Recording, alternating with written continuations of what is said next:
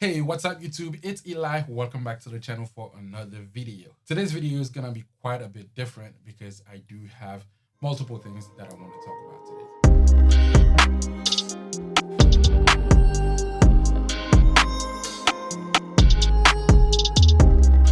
Like I said at the beginning of the video, there's a few different things I want to talk about today, but most importantly, I want to talk about the gear that you're gonna need to start building your home recording studio. Now, this is the fourth time that I'm recording this video, so hopefully this is the last time and it actually makes it out to you guys because I am tired of filming this video. Talking about being tired of filming this video, make sure that you guys smash the like button because I have worked really hard on this video to make it out to you guys. So I would really appreciate it if you smash that like button and help the YouTube algorithm pick up on this video. And make sure to comment down below to show your support to this channel. And if you're new, don't forget to hit on the subscribe button and turn on the notification for more videos like this.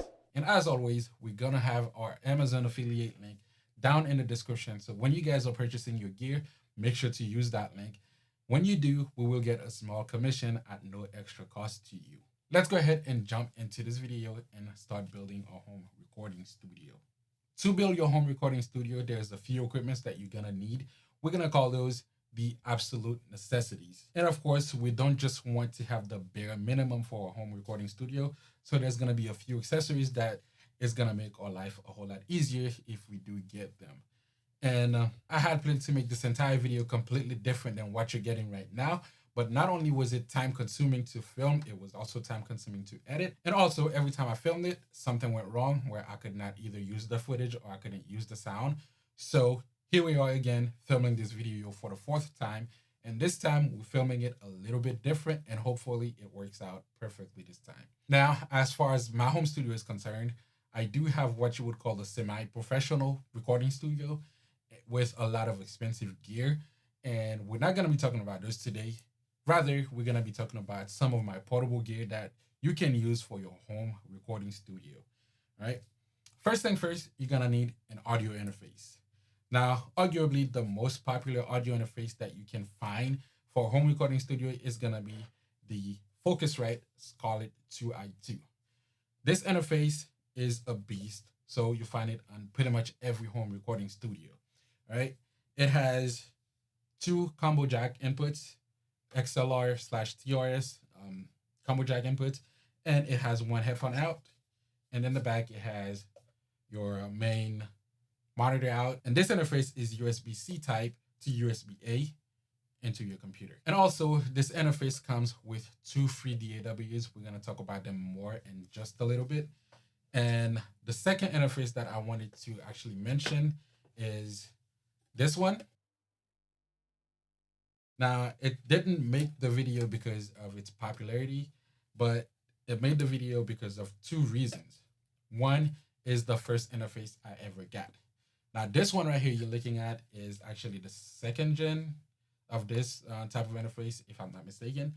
I started out my studio with the first gen. I gave that one away a couple years ago, and I liked it so much that when I needed to have a portable interface before I got the Scarlett 2i2, I went ahead and got this one again, which is the updated version. Just like the Scarlett 2i2, this one has XLR to quarter inch combo jack inputs in the front. And in the back, you have one headphone out and your main monitor out. And this one also has MIDI in and out for those of you guys who's going to be using MIDI. So it has that option. And USB type is USB-A to USB-A in your computer. But the second reason why I included this one in this video is because the DAW that it comes with flat out blows the ones that comes with this one out the water. Now, this one comes with Pro Tools First and Ableton Live Lite, which are great DAWs in their own right.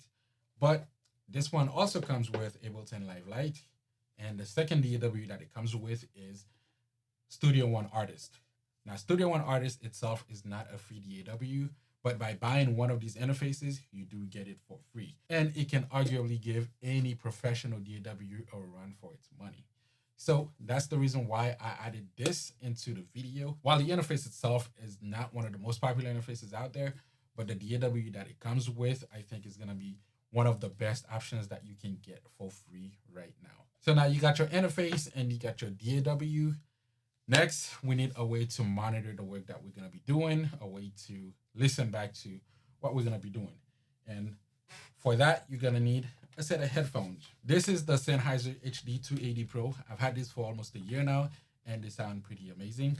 If I need to do a mix where I cannot use my studio monitors, then I will pull out these to um, to do my mix with. That was it for our headphones. Now, say you do have the budget and you want to look into getting studio monitors, there's a whole list of studio monitors that you can go with. It doesn't really matter which one that you choose to go with, just go with one that is in your budget. For me, I am using the KLK Classic 5 as my main studio monitors, and I also have the M Audio BX5 as a second pair of studio monitors. Now, you don't need to have those as your studio monitors, but I've been using them for a while and they sound pretty great and they get the job done for me. Next is your microphone. Of course, no studio is complete without having a way to record. The microphone we're gonna be featuring in this video is the MXL V63M.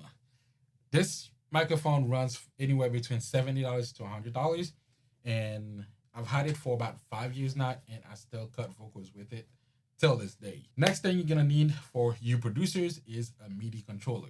So if you're gonna be making beats, you need a way to play out the parts.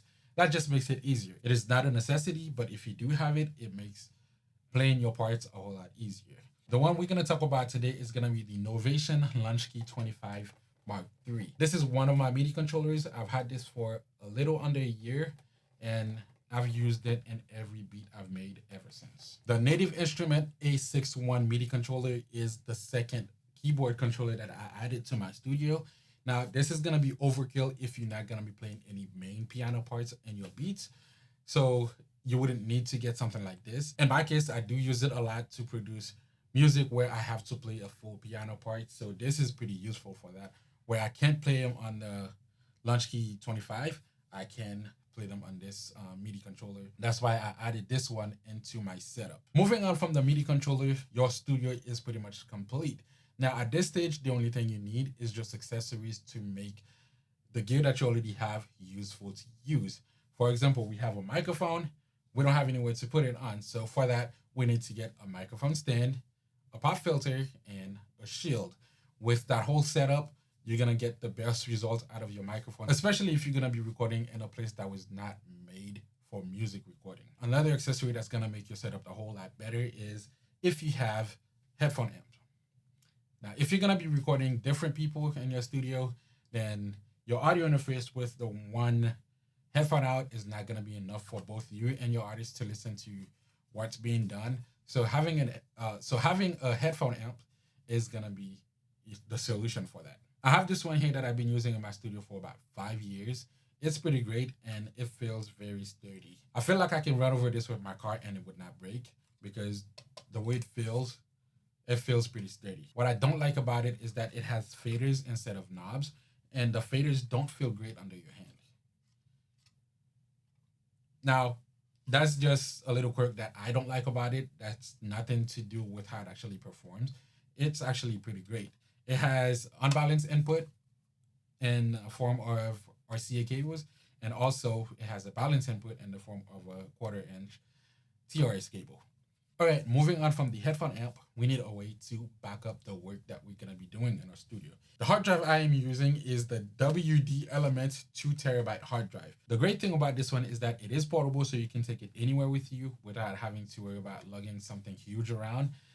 And also, with 2 TB of storage, you have plenty of space to store what you need to store on it. With an audio interface, a MIDI controller, and an external hard drive, you may find yourself running out of ports on your computer, especially if you're using a MacBook. You're gonna find yourself out of ports to connect everything to. For that, I would recommend that you guys do get a USB hub. Now, this USB hub by itself may not be enough if most of your equipment or USB-A type ports. But it is by far the most flexible USB hub that I have for my laptop right now. It gives me one headphone out, 2 USB-A type ports, 2 USB-C type ports, and 2 HDMI ports for external displays.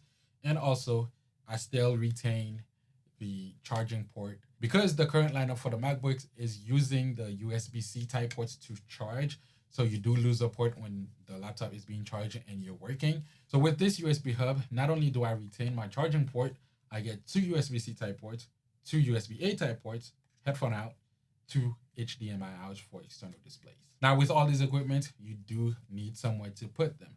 So for that, make sure that you guys do use my Amazon link and look for a cheap table that you can use to set all your equipment down with. The type of desk that you get is not really important as long as it is big enough to hold all the gear that you have.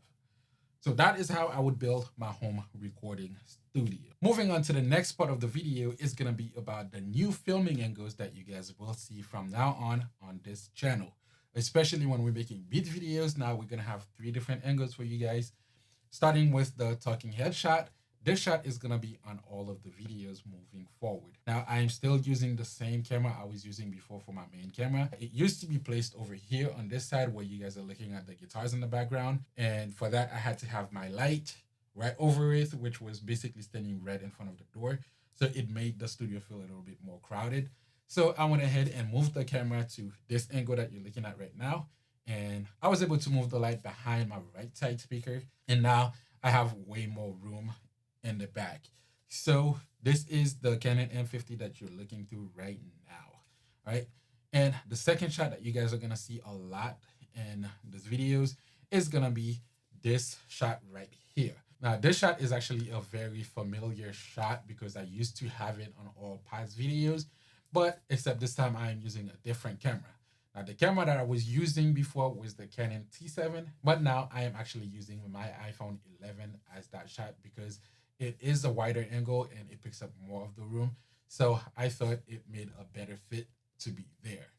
And lastly, the next shot that you guys are gonna be seeing in the videos are gonna be this shot right here for when I'm playing. Every time I'm gonna be playing the keyboard now, you guys are gonna be seeing this shot where it's basically just focused on the keyboard. And that's all that this camera is doing. And that is the Canon T7. This is it. This is going to be the new setup for all my beat making videos. And all future videos is going to be on this talking head shot. Unless I have to do something different, which I wouldn't see any reason why. Because this setup right here actually gives me the most flexibility in the studio. So this is going to be the new setup moving forward for the studio. With beat making videos, you're going to be seeing all 3 shots. Canon M50, iPhone 11, and Canon T7, and with just talking headshots, you're gonna see the Canon M50, and maybe if I need to do a secondary shot, you're gonna see the iPhone for those wide angle shots. So this is it. That's it for the video. Hope you guys enjoyed it. If you did, make sure to drop a like and comment down below to show your support. If you're new, don't forget to hit on the subscribe button and turn on the notification for more videos like this, and I'll see you guys next time in the next video.